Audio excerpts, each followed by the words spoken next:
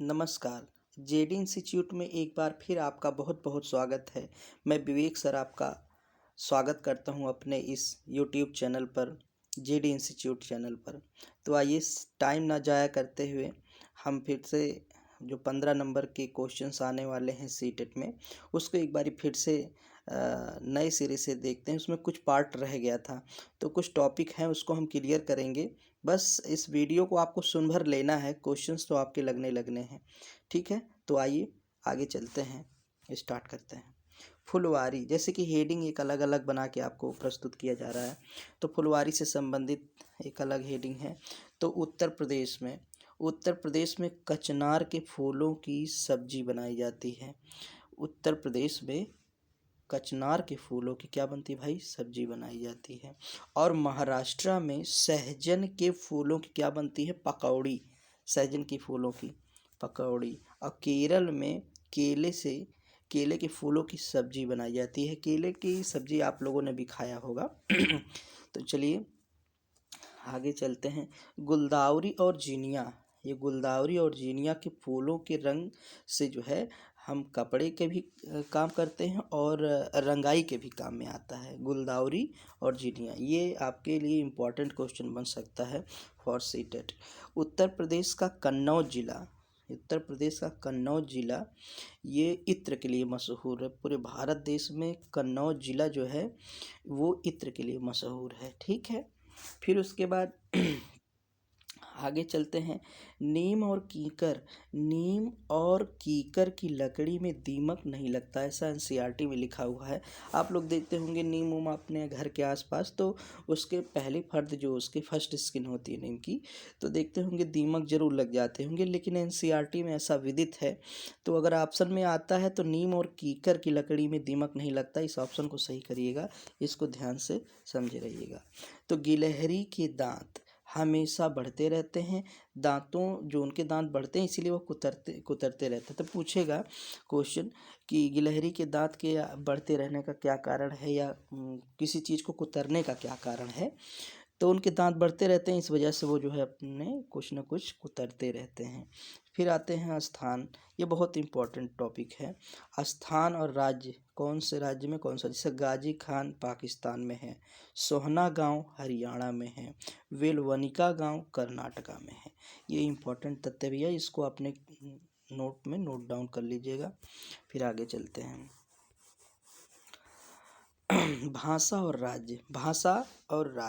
भाषा में मलयालम भाषा कहाँ का है? गोवा का। मलयालम भाषा कहाँ का भाई? गोवा का। कोंकणी भाषा कर्नाटक का। मराठी भाषा महाराष्ट्र का। गुजराती भाषा गुजरात का। कन्नड़ भाषा कर्नाटका का। ठीक, आगे चलते हैं। जैसे गुजराती तो आपको पता होगा, मराठी पता होगा, कोंकणी को याद रखिएगा जो कर्नाटक का, मलयालम को जरूर याद रखिएगा, ये इंपॉर्टेंट क्वेश्चन बन जाता है आपके लिए मलयालम। ठीक, तो मलयालम को आप लोग ध्यान रखिएगा। फिर आगे चलते हैं। मलयालम मतलब कि गोवा साइड में, मलयालम में माँ की बहन को क्या कहते हैं? वली अम्मा। माँ की बहन को वली अम्मा, माँ की माँ को कहते हैं अम्मू माँ। ठीक, मतलब नानी को कहते हैं अम्मू माँ और मौसी को कहते हैं वली अम्मा। कहाँ? मलयालम में। फिर आ जाते हैं हम महान व्यक्तित्व के अंतर्गत कर्णम मल्लेश्वरी को देखते हैं। कर्णम मल्लेश्वरी ये जो है एक वेट लिफ्टर हैं जो आंध्र प्रदेश की रहने वाली हैं, और इन्होंने 12 वर्ष में ही भार को उठाने का कार्य शुरू कर दिया था। वेट लिफ्टर का मतलब आप लोग समझ ही रहे होंगे, भारोत्तोलन जो उठाते हैं गेम्स वगैरह में, तो उसी में वही इनका गेम था कर्णम मल्लेश्वरी का। इनका जन्म पूछ लेता है, जन्म स्थान तो आंध्र प्रदेश में है। ठीक है, और 12 साल की जब उम्र की हुई तब से ये वजन उठाने का कार्य कर रही हैं, और एक बार में ये 130 किलोग्राम का भार उठा सकती हैं। भारत के बाहर लगभग 29 मेडल जीता इन्होंने। ठीक, आगे चलते हैं। बिहार से संबंधित बातें हैं। बिहार में मधुबनी नाम का एक गांव है, जो मधुबनी एक ज़िला है। ठीक है, गांव नहीं है, एक ज़िला है, जिसमें एक रंग होता है, नेचुरल रंग।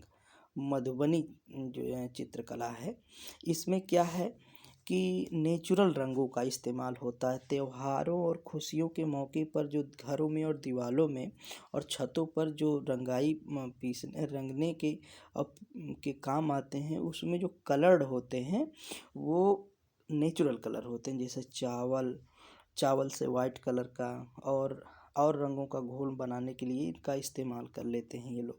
जैसे नीले के लिए नील का, हल्दी से पीले का, फूलों से रेड का, पौधों से इत्यादि कलर का इस्तेमाल करते हैं, तो इसे नेचुरल कलर के रूप में जाना जाता है। और एक चीज़ और आप ध्यान दीजिएगा, ये इसको मान्यता जो है इंडियन रेलवे ने दिया है। ठीक है, जो मधुबनी चित्रकला है इसको जो है इंडियन रेलवे ने दिया है। और आगे आते हैं गिज्जू भाई बधेका।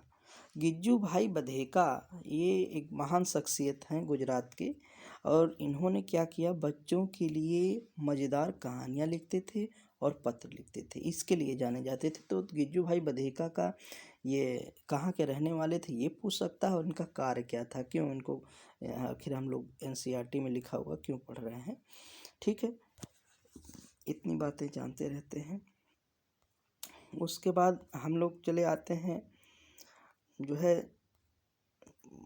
मधुमक्खी पर। अनीता मधुमक्खी जो है ये एनसीईआरटी का एक चैप्टर है, उसी में से ये लिखा गया है।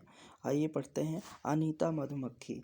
अनीता मधुमक्खी में क्या भाई जानते हैं, मधुमक्खियों की खासियत के बारे में बताया गया है इसमें। और अनीता जो ये नाम है, एक महिला थी, उन्हीं के नाम पे ये रखा गया ये चैप्टर। ये एक्चुअली इन्होंने मधुमक्खी पालन का तरीका बताया और कैसे किया जाना है सही समय पर, उसी को बताया था। तो मधुमक्खियों की खासियत इसी चैप्टर में लिखा है एनसीईआरटी में।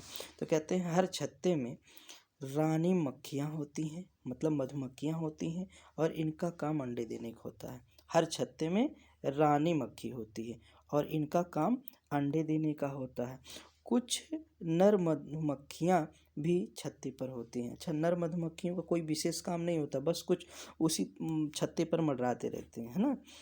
बाकी तो और रानी मक्खियों के अलावा जो आपकी वो हैं काम करने वाली श्रमिक मधुमक्खियां हैं, उनके बारे में भी देखिए। जो श्रमिक मधुमक्खियां हैं वो क्या करती हैं, दिन भर काम करती रहती हैं। काम इनका क्या भाई, वो शहद, फूलों से शहद इकट्ठा करने का काम करती हैं। और जब शहद मिल जाता है तो क्या करते हैं, तो एक तरह का नृत्य करती हैं, और इससे नृत्य से अन्य मधुमक्खियों को यह पता चल जाता है कि रस कहाँ पर है। ठीक, इतनी बात है। आगे चलते हैं। मधुमक्खी पालन का आपसे क्वेश्चन जरूर पूछेगा, ये चीज़ इम्पोर्टेंट क्वेश्चन बन जाता है आपके एग्ज़ाम के पॉइंट ऑफ व्यू से, तो इसको याद रखिएगा। ठीक है, तो मधुमक्खी पालन का सबसे अच्छा समय अक्टूबर से दिसंबर का है ना भैया, अक्टूबर से दिसंबर का है, इस चीज़ को ध्यान रखिएगा, अक्टूबर से दिसंबर। और यह क्यों, ऐसा क्यों होता है अक्टूबर से दिसंबर, क्योंकि इसी इसी माह में मधुमक्खियों के अंडे देने का समय होता है, मधुमक्खियों के अंडे देने का समय होता है। ठीक इसी प्रकार से चींटियों में भी होता है। चींटियों में भी रानी चींटी होती है, वो अंडे देने का कार्य करती। सिपाही चींटियाँ क्या होती हैं, इनका काम जो है जो भोजन को अपने बिल तक ले आना, ढूंढ कर अपने बिल तक ले आना। इसी कैटेगरी में आते हैं दीमक और ततैया। ठीक इसी तरीके से इनके में भी रानी दीमक होती है, रानी ततैया होते हैं, फिर कुछ श्रमिक होते हैं, फिर कुछ काम करने वाले होते हैं। ठीक, फिर आगे चलते हैं। फिर आता है शहर, जैसे इम्पोर्टेंट है ये। गांधीधाम कहाँ है भाई, अहमदाबाद में है। बलसाड़ कहाँ है, गुजरात में है। कोझीकोड कहाँ है, केरल में है। माड़गांव गोवा। ठीक, इतनी बात हो गई। आगे चलते हैं। ये देखिए इम्पोर्टेंट तथ्य है, इसमें क्या है कि गोवा से केरल तक के रेल के रास्ते में 92 सुरंग और 2000 पुल है। ठीक है, 92 सुरंग और 2000 पुल है। आगे चलते हैं। ये सारे इम्पोर्टेंट तथ्य हैं, जैसा कि फाख्ता और बसंत गौरी के बारे में हमने आपको पढ़ा दिया था पहले ही, और हाथी के बारे में हम आपको बता दें, हमने पक्षी विशेष का अलग वीडियो एक डाल दिया है, आप लोग वहां जाके देख लीजिएगा। आगे आते हैं हाथी के बारे में। हाथी, एक वयस्क हाथी दिन में 100 किलो मतलब 1 कुंतल तक की झाड़ पत्तियां खा जाता है। और हाथी एक दिन में 2 से 4 घंटे ही सोते हैं। ठीक। और उनकी जो नेता होती है, नेता उनकी बूढ़ी हथनी होती है और उनके झुंड में 10 से 12 हाथियाँ रहती हैं और इनके झुंड में जो है ना सिर्फ फीमेल रहती हैं, नर नहीं रहते। ठीक। और उसमें जो उनके बच्चे होते हैं 14 से 15 साल के होने के बाद वो अपने जो है झुंड से क्या होते हैं, अलग हो जाते हैं, जो नर होते हैं। हाथी के 3 माह के बच्चे का वजन कितना होता है, 200 किलोग्राम होता है। ठीक।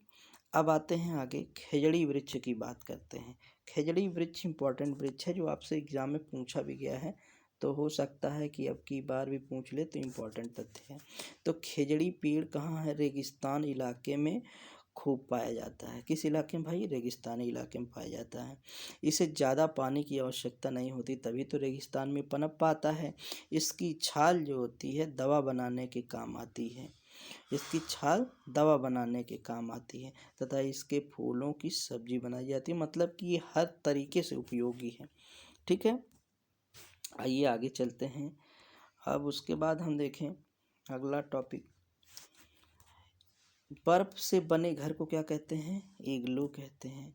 और राजस्थान में मिट्टी की मोटी दीवार होती है, इनकी छतें कटीली झाड़ियों से बनी होती हैं। मिट्टी मोटी की दीवारें होती हैं, ऐसा क्यों होता है, क्योंकि राजस्थान में गर्मी ज़्यादा होती है तो बाहर से गर्मी अंदर आती है। इनकी छतें कटीली झाड़ियों से इसलिए कि वहाँ की उष्मा बाहर निकल सके। ठीक है। आगे चलते हैं। वल्लम, जो वल्लम है, केरल में लकड़ी की नाव को क्या कहते हैं, वल्लम कहते हैं। ठीक। लकड़ी की नाव को क्या कहते हैं भाई, वल्लम कहते हैं, इसको याद रखिएगा। फिर पक्षी विशेष, पक्षी विशेष के बारे में हमने आपको पढ़ा दिया है। जिन जिन पक्षियों के कान जो है उभरे होते हैं, जिन पक्षियों के कान उभरे होते हैं तथा शरीर पर बाल होते हैं, वो क्या होते हैं, अंडे देने वाले होते हैं। और जिन पक्षियों के कान तथा शरीर पर बाल नहीं होते या कान उभरे हुए नहीं होते, वो अंडे देने वाले होते हैं। ठीक। ये चीज़ें हो गई। फिर पक्षी विशेष मैंने आपको अलग लेके पढ़ा दिया था, जैसे कलचिड़ी ऊन वगैरह से लेके बनाती है। कौवा घोंसला सबसे ऊंची टहनी पर बनाता है। वीवर पक्षी अपना घोंसला, मादा वीवर जो है जो सबसे पसंद आता है, वो अपने नर वाले की सीमेंट में रखता है, आपको हमने बता दिया था। फिर आ जाते हैं इस पे, गांधी जी की 150वीं वर्षगांठ पर स्वच्छ भारत अभियान चलाया गया। गांधी जी की 150वीं वर्षगांठ पर स्वच्छ भारत अभियान चलाया गया। स्वच्छ भारत अभियान की शुरुआत 2 अक्टूबर 2014 को हुआ। ये इम्पोर्टेंट है तथ्य भैया, इसको आप लोग जरूर पढ़ लीजिएगा। ठीक है। फिर लिंग हु फेन, लिंग हु फेन क्या है, सांप का बना हुआ एक डिश है जो हांगकांग में ही चलाया जाता है, जो हांगकांग में ही बच्चों के भोजन के लिए इस्तेमाल में लाया जाता है। सांपों का डिश है, बच्चों के क्या लगभग हांगकांग के लोग खाते ही हैं। इस डिश को कहते हैं लिंग हु फेन। ठीक है। आते हैं फिर आगे चलते हैं। केरल में जमीन के ऊपर, केरल में जो जमीन के ऊपर नारियल और जमीन के नीचे टैपियोका उगाया जाता है। केरल में जमीन के ऊपर नारियल और जमीन के नीचे टैपियोका। ठीक है। और गोवा में नारियल के तेल में मछली बनती है और कश्मीर में सरसों के तेल में मछली बनती है। ठीक है। गोवा में नारियल के तेल में, ठीक है, याद रखिएगा, और कश्मीर में सरसों के तेल में। आगे चलते हैं। ये नाच है, एक्चुअली ये चार लिखा हुआ है, या ना मतलब मत समझिएगा आप इसको, ये नाच है, ना और च, नाच। ठीक है, इसको यही समझिएगा। तो नाच एक प्रकार की मुद्रा है जिसे हम इशारों, चेहरों, हाव भाव इत्यादि के इस्तेमाल के साथ जानते हैं। जैसे जैसे अपने हाथ से देखे होंगे कोई कुत्ता बनाता होगा, हाथों से चिड़िया, कुत्ता, मेंढक इत्यादि मछली हाथों के इशारों से बनाए जाते हैं और चेहरे के हाव भाव से, इसे कहते हैं नाच। ठीक है। आगे चलते हैं। ब्रेल, ब्रेल क्या है भाई, ब्रेल एक मोटे कागज पर छपा हो नुकीले औजारों से बना हुआ एक लिपि है, ब्रेल लिपि कहलाती है। ब्रेल लिपि हमेशा अंधों के लिए उपयोग में लाया जाता है। ब्रेल लिपि अंधों के लिए होती है। ठीक, इतनी बात जानते रहिए। और इसको बनाया किसने? लुई ब्रेल, लुई ब्रेल ने। ठीक है, आगे चलते हैं, आवास की बात कर लेते हैं। आवास कैसा कैसा कहाँ कहाँ पे है भाई? असम की बात करें तो असम में भारी वर्षा होती रहती है, जिसके कारण यहाँ के लोग 10 से 12 फीट ऊपर ज़मीन के बांस के ऊपर बना के रहते हैं अपना घर। ठीक है, ये असम की बात हो गई। फिर आते हैं मनाली। मनाली में घर पत्थर के या लकड़ियों के बने होते हैं। यहाँ पे बर्फबारी होती रहती है, यहाँ पहाड़ी इलाका है। ठीक है, आगे चलते हैं। फिर उत्तरांचल। उत्तरांचल में ऊबड़ खाबड़ पथरीले रास्ते हैं। उत्तरांचल में ऊबड़ खाबड़ और पथरीले रास्ते हैं। आगे चलते हैं, सांप से संबंधित कुछ बात है। सांप में के अंतर्गत देख लीजिए, सपेरों की जो एक जाति है, एक जनजाति है, उसे कहते हैं कलबेलिया ना, कलबेलिया। ये नाग गुम्फा एक ऐसा डिजाइन रंगोली है जो कढ़ाई और दीवारों को सजाने के लिए सौराष्ट्र, गुजरात, दक्षिण भारत में प्रयोग किए जाते हैं। ठीक है, इतनी बात जानते रहिएगा। कलबेलिया एक जनजाति है। और सांप के बारे में एक इम्पॉर्टेंट चीज़ बता दें, सांप सुनते नहीं हैं, सांप बीनों की धुन पर, वो ज़मीन के वाइब्रेशन पर ही सुन पाते हैं, और जहाँ बीन बजता है उसी वाइब्रेशन के आधार पर वो चले जाते हैं।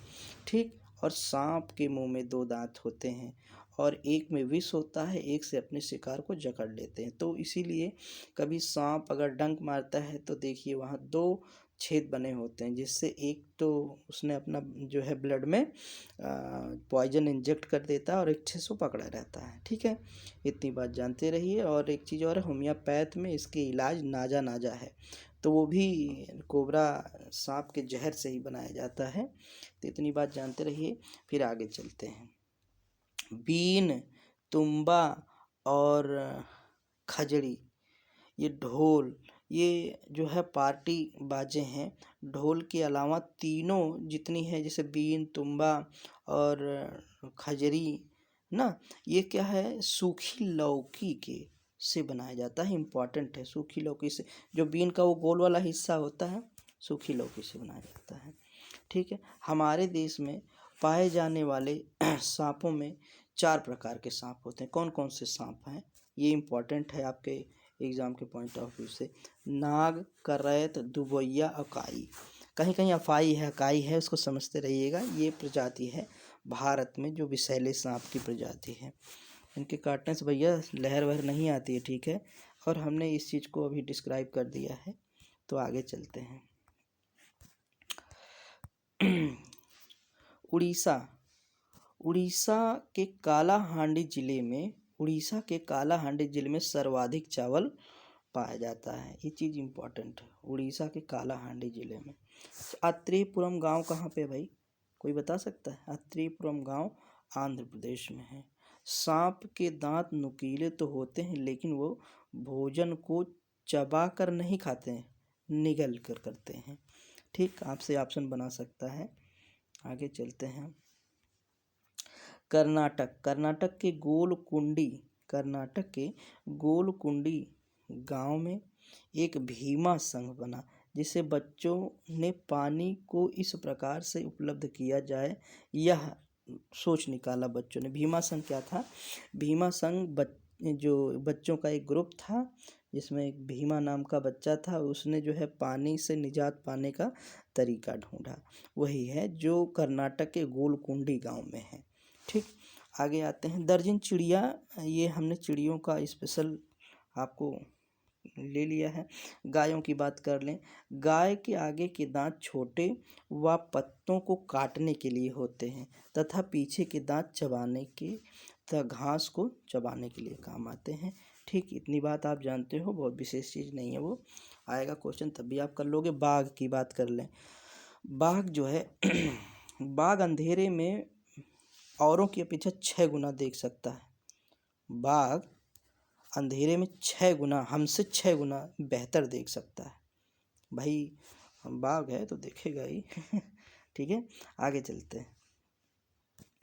फिर बाघ की मूंछ, जो बाघ की मूंछ होती है, हवा में जो घुले कंपन को भांप लेता है। अंटीना है भैया वो, जो उसके शिकार करने में मदद करती है।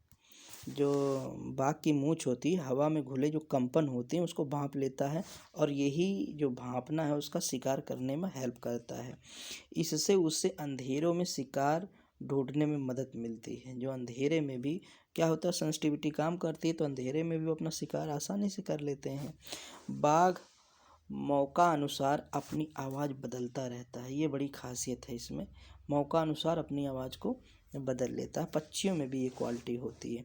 ऊपर उड़ने वाले पक्षी के लिए पक्षी अलग आवाज़, नीचे बैठे हुए जो कुछ जो अटैक करने वाले शिकारी होते हैं जानवर, उनके लिए अलग आवाज़।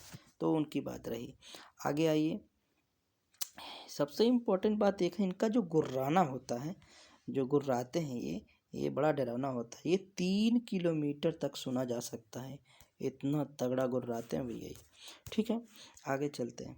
बाघ के जो दोनों कान होते हैं वो बाहर की आवाज़ को इकट्ठा करते हैं। बाघ के जो दोनों कान क्या होते हैं भाई, वो बाहर की आवाज़ को इकट्ठा करते हैं। ये आपसे ऑप्शन बना के पूछ सकता है।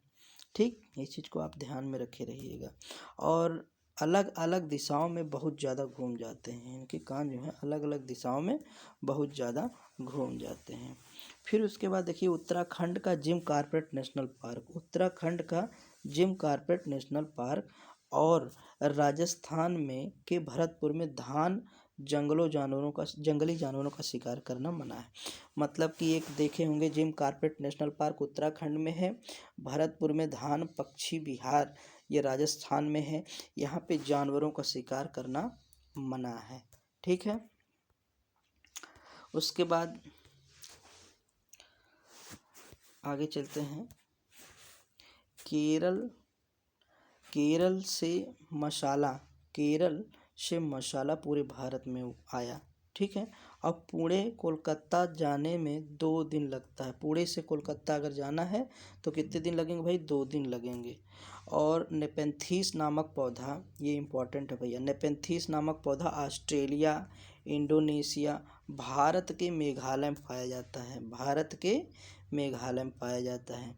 ये पौधे कीट तथा छोटे जीवों को शिकार करते हैं। ये जो है, जो छोटे छोटे कीट होते हैं आते हैं, उनको शिकार कर लेते हैं। ठीक, इसका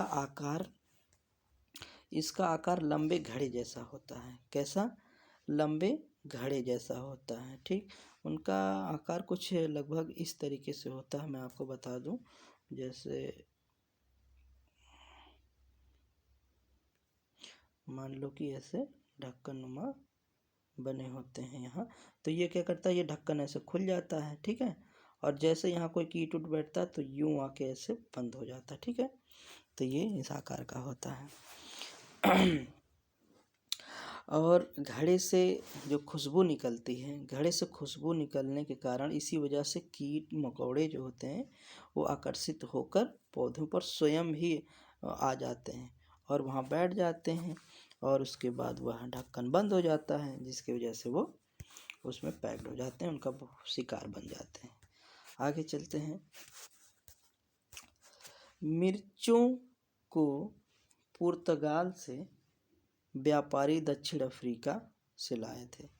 ठीक है, मिर्चों को पुर्तगाल से व्यापारी दक्षिण अमेरिका से लाया था। ठीक है, मतलब मिर्चों को कौन लाया, पुर्तगाली लाए, और व्यापारी जो कहाँ के थे, दक्षिण अमेरिका से लाया गया था इसको। ठीक, भिंडी अफ्रीका से आया, सोयाबीन चीन से आया, गोभी और मटर यूरोप से आया। ठीक है, अच्छा आगे चलते हैं भाई। घड़सीसर नामक तालाब, घड़सीसर, ये जो घड़सीसर नामक तालाब जैसलमेर के राजा घड़सी ने बनवाया था। आपसे पूछ सकता है, जैसलमेर के राजा घड़सी ने बनवाया था। ठीक, अब आगे चलते हैं। स्विट्जरलैंड के जॉर्ज मैस्टर 1948 में बेलक्रो, ठीक, बेलक्रो जो चर्र चर्र की आवाज़ करता है, बेलक्रो, वो दोनों के कैसे, मतलब कि सबसे बड़ी बात यह है कि स्विट्जरलैंड के रहने वाले जॉर्ज मैस्टर, इन्होंने 1948 में वेलक्रो बनाया था। इम्पॉर्टेंट है, याद रखिएगा, वेलक्रो बनाया था। अब वेलक्रो है क्या भाई? वेलक्रो जो है दोनों सतहों पर ना बीच में चिपक जाता है, जैसे उनके सतह होते हैं तो दोनों सतह पर चिपक जाते हैं और घुलने से चर चर मतलब जैसे ही वो चला जाता है तो आगे वो चर चर की आवाज़ करते हैं। यह कहाँ कहाँ इस्तेमाल होता है? देखो भाई, बस्ते में, जूते में, कपड़े में, पट्टे में आदि पर लगाए जाते हैं। जो उन्होंने इसका आविष्कार किया था, किसने आविष्कार किया था भाई? जॉर्ज मास्टर ने। ठीक, आते हैं फिर लद्दाख में। लद्दाख लद्दाख में बहुत कम बारिश होती है। लद्दाख में बहुत कम बारिश होती है। यहाँ पर घरों के मंजिलों पर लकड़ी नहीं होती। सॉरी, मैं खुद ही गलत पढ़ दिया।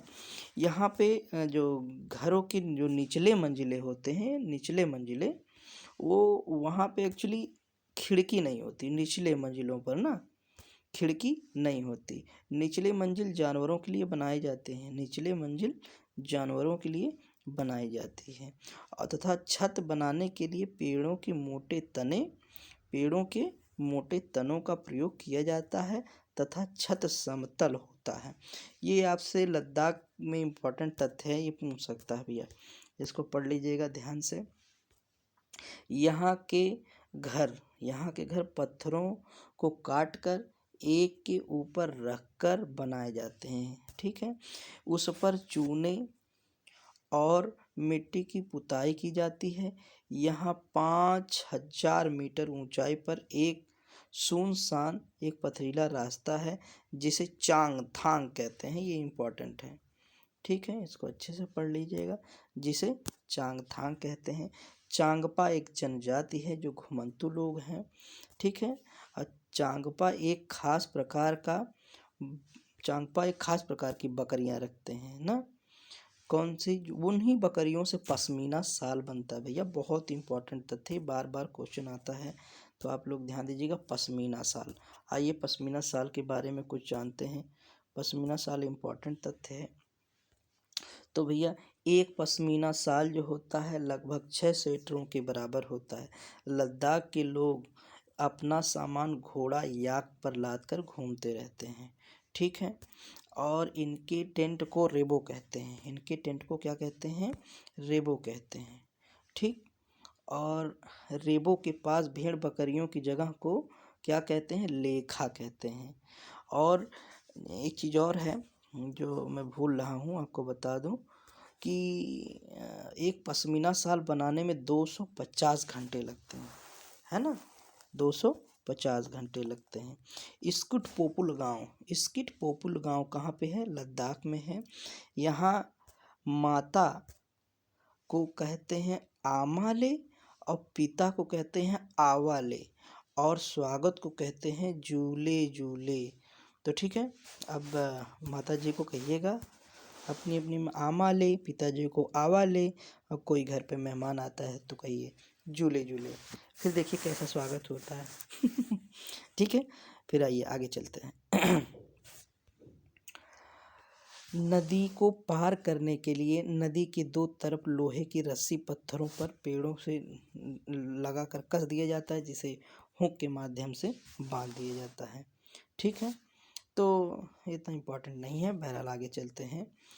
अच्छा, खजूर के पेड़ दिखाई देते हैं अबू धाबी। कहाँ पे खजूर के पेड़ कहाँ दिखाई देते हैं भाई? रेगिस्तानी इलाकों में, है ना, जहाँ रेतीले इलाके हैं। ठीक है, ज़्यादातर वहीं पे होते हैं खजूर के पेड़। ठीक है, आदि आते हैं। अबू धाबी के रुपयों को क्या कहते हैं? दिरहम। इनकी करेंसी कैसी है अबू धाबी की? दिरहम है। ठीक है, आगे चलते हैं। मच्छर हमारे तलवे तथा शरीर की गर्मी से हमें ढूंढ लेते हैं ना, वो गंध पहचान लेते हैं भैया। ठीक है, आगे चलते हैं। रेशम का कीड़ा अपनी मादा को उसकी गंध से कई किलोमीटर दूर से ही जान लेता है। ठीक, फिर आगे चलते हैं। दिन में जागने वाले जानवर हैं वो कुछ रंग ही देख पाते हैं, ठीक है। लेकिन रात में जागने वाले जानवर ब्लैक एंड वाइट देखते हैं, मतलब सफ़ेद काला देखते हैं। कैसा देखते हैं? सफ़ेद काला, ठीक है। फिर आगे आते हैं। एक कुत्ता दूसरे कुत्ते के मल मूत्र को देखकर, एक कुत्ता दूसरे कुत्ते के मल मूत्र को देखकर या सूंघ कर क्या करता है? उस इलाके में दूसरा कुत्ता आया है इसका अंदाज़ा लगा लेते हैं। फिर आगे देखते हैं, लंगूर की बात करते हैं। लंगूर, शेर, चीता अपने पास आती मुसीबत को जानकर एक खास तरह की आवाज़ निकालते हैं, ठीक है। वो जानते हैं कि आ गए हैं भैया, है ना। बहुत चालाक होते हैं जानवर लोग भी, इतने बेवकूफ़ नहीं होते हैं भैया, हैं। आते हैं रेगिस्तानी ओक। रेगिस्तानी ओक, इसकी बात करें। रेगिस्तानी ओक नामक वृक्ष ऑस्ट्रेलिया में पाया जाता है और यह बहुत लंबा होता है और यह ज़मीन में बहुत गहराई तक जाता है। जब तक पानी ना मिले तब तक जाता है। ये पानी पेड़ के तने में जमा हो जाते हैं। जब नीचे चला जाता है तो क्या होता है, वहाँ इसके तने में पानी जमा हो जाता है। और जब कभी पानी की कमी पड़ती है यहाँ के लोगों को तो क्या करते हैं, वहाँ पे एक पतली पाइप डाल के अंदर से पानी निकाल लेते हैं। तो इसलिए रेगिस्तानी ओक का पेड़ जो है बहुत महत्वपूर्ण है रेगिस्तानी इलाके में रहने वाले लोगों के लिए। बरगद की खासियत की बात करते हैं। बरगद की जो पेड़ की लटकन होती है वो क्या होती है भाई, उसकी जड़ें होती हैं और बढ़ते बढ़ते ज़मीन के अंदर चली जाती हैं और यह पेड़ को सहारा प्रदान करती है और वह तने का भी काम करती है, ठीक है। आते हैं अगले पॉइंट पे। हम लोग जल्दी जल्दी से टॉपिक को कवर करते हैं। नल्लामड़ा गांव कहाँ पे है? आंध्र प्रदेश। कफ परेड मुंबई में है। गोलकुंडी कर्नाटक में है। बाजार गांव महाराष्ट्र में है। मुख्तार गांव आंध्र प्रदेश में है। पोचमपल्ली, ठीक है। आगे चलते हैं। पोचमपल्ली ज़िले में परिवार बुनकर हैं। पोचमपल्ली ज़िले में परिवार बुनकर हैं। इस बुनाई को पोचमपल्ली के नाम से जाना जाता है, ठीक। अब आगे चलते हैं। मलयालम में चाचा को चिटप्पन कहते हैं। तो चाचा हैं तो चाचा को चिटप्पन कहिएगा और जो चाची हैं उनको कुंजम्मा कहते हैं, है ना। फिर देखिए क्या स्थिति होती है भाई, बहुत बवाल हो जाएगा। इसलिए चाचा को चाचा ही कहिएगा यूपी वालों, ठीक। तो मलयालम में चाचा को चिटप्पन और चाची को कुंजम्मा कहते हैं, ठीक है। उसके बाद आइए आगे चलते हैं।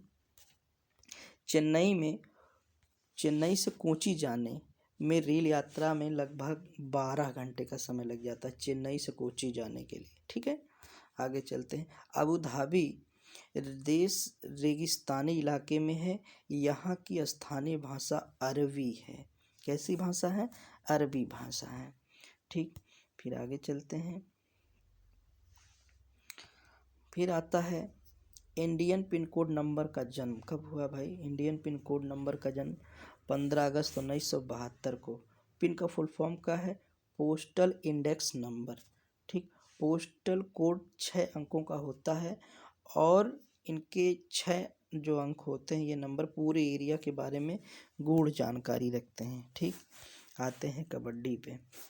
कबड्डी इम्पोर्टेंट तथ्य है। कबड्डी से इम्पोर्टेंट जानकारी क्या है भाई?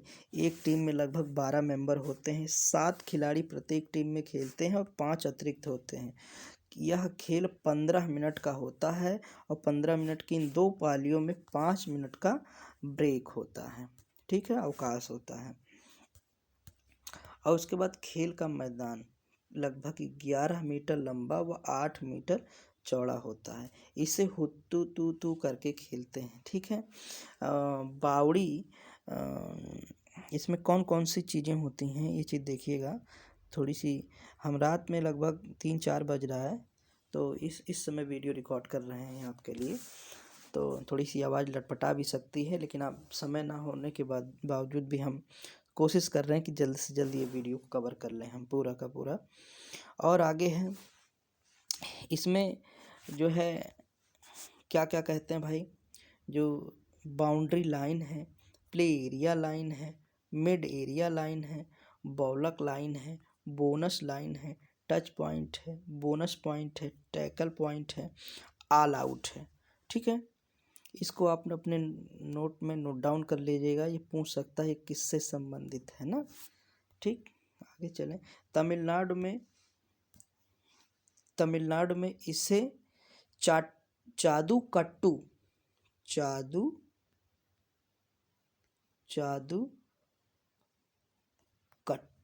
कबड्डी को जादू कट्टू कहते हैं तमिलनाडु में।